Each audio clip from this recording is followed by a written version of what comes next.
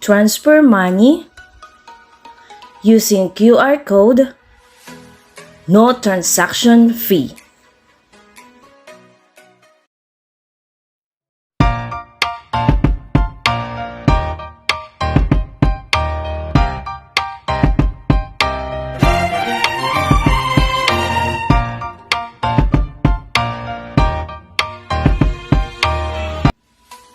How to transfer money using BPI QR code via BPI mobile app.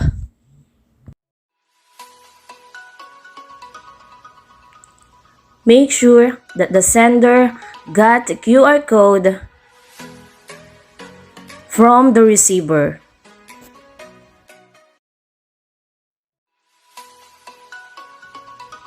Okay, step 1, click login.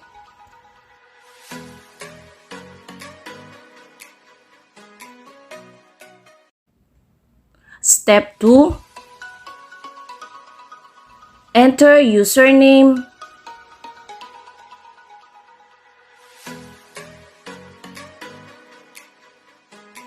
enter password,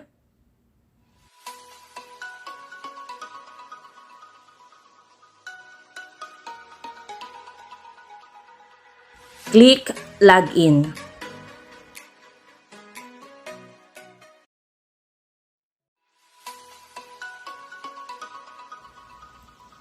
Step 3, click option.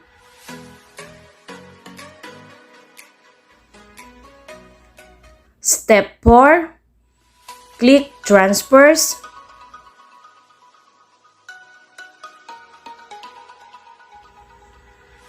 Step 5, click transfer money.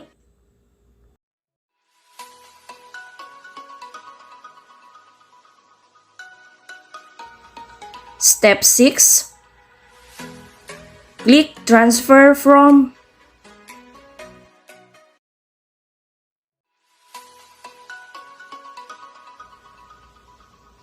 Step 7, click third party.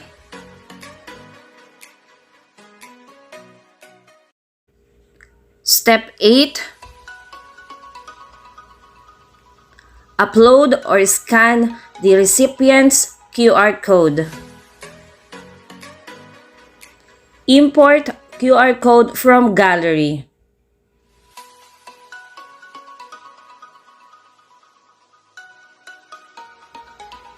Step 9, click notes, optional, then click next. Step 10, review the details of your transaction. Transfer from, transfer amount, transfer to, and take note, no service fee, and click confirm. Step 11, enter PIN code.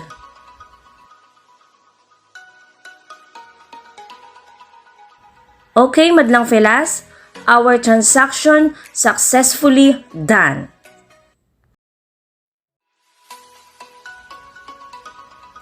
Check our transaction history. Transfer money via QR code. Real time and no transfer fee. Ate Che, bakit via QR code pa ang pag-transfer? Pwede naman transfer or send money via BPI to BPI mobile app. Okay, ipapakita ko sa inyo na ang BPI to BPI via mobile app ay mayroong transfer fee na 10 pesos. Kaya I suggest to transfer money via QR code. Real-time process, hassle-free, and no service fee. Hope may natutunan po kayo sa video natin today. And if yes, please give me a thumbs up. And if you have comment or question, you can comment down below. Malay nyo po, sa susunod na video, yung requested video nyo po ang isi-share natin. Sa mga hindi pa po nakaka-subscribe, don't forget to subscribe and pindutin ang bell button para lagi po kayong updated sa mga video na i-upload ko.